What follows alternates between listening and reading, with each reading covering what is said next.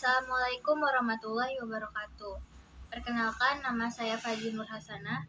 Saya dari kelas 12 F1. Video ini saya buat untuk memenuhi tugas mata pelajaran kimia. Oke, langsung saja. Saya akan membacakan materi mengenai koloid. Koloid adalah suatu bentuk campuran yang keadaannya antara larutan dan suspensi. Koloid tergolong menjadi dua fase, yaitu yang pertama, fase terdispersi atau terlarut bersifat dikontinu atau terputus-putus. Sedangkan yang kedua, medium dispersi atau pelarut bersifat kontinu atau berkelanjutan. Selanjutnya, adapun ciri-ciri sistem larutan. Yang pertama, dispersi molekuler. Yang kedua, sifat campuran homogen. Yang ketiga, dimensi partikel kurang dari 1 nm. Yang keempat, sistem satu fase dan relatif stabil. Yang kelima, tidak dapat disaring. Nah, contohnya yaitu larutan gula, larutan garam, alkohol, cuka, spiritus, air laut, bensin, udara bersih. Yang kedua, adapun ciri-ciri sistem suspensi.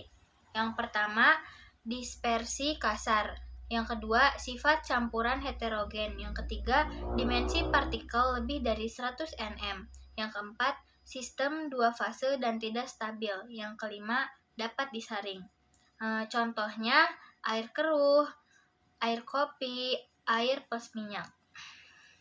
Selanjutnya, ciri-ciri sistem koloid.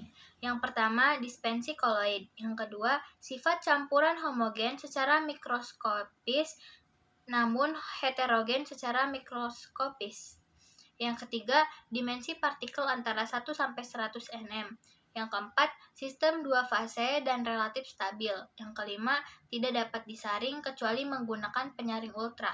Contohnya, tinta, cat, darah, sabun, asap, susu, santan, awan kabut, busa, dan krim kocok. Selanjutnya, jenis-jenis koloid. Berdasarkan fase terdispersinya, koloid terdiri dari yang pertama, sol. Fase terdispersinya padat.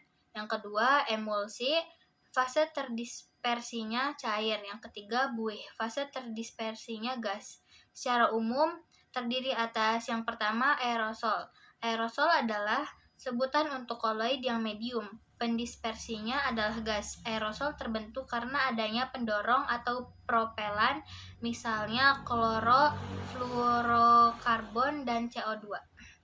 Contohnya asap, awan, kabut, obat nyamuk semprot, parfum, hairspray, dan cat semprot. Yang kedua, sol. Sol adalah sebutan untuk partikel padat yang terdispersi dalam partikel cair.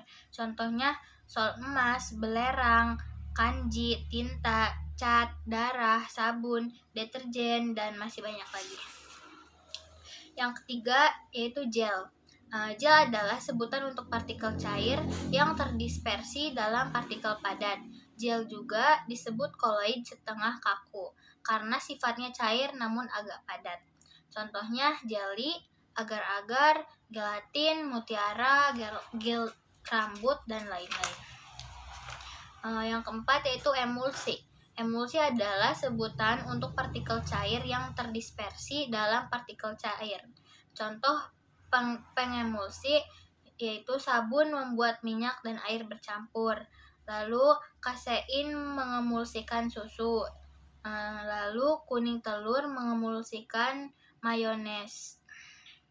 Yang kelima, buih. Buih adalah sebutan untuk partikel gas yang terdispersi dalam partikel cair. Buih terbentuk karena adanya pembuih yang menstabilkan campuran, misalnya sabun deterjen dan protein. Buih terbentuk dari zat-zat cair yang mengandung pembuih yang dialiri gas. Contohnya buih sabun, krim kocok, krim cukur, dan lain-lain. Oke, mungkin hanya itu yang dapat saya bacakan. Kurang dan lebihnya mohon maaf. Wassalamualaikum warahmatullahi wabarakatuh.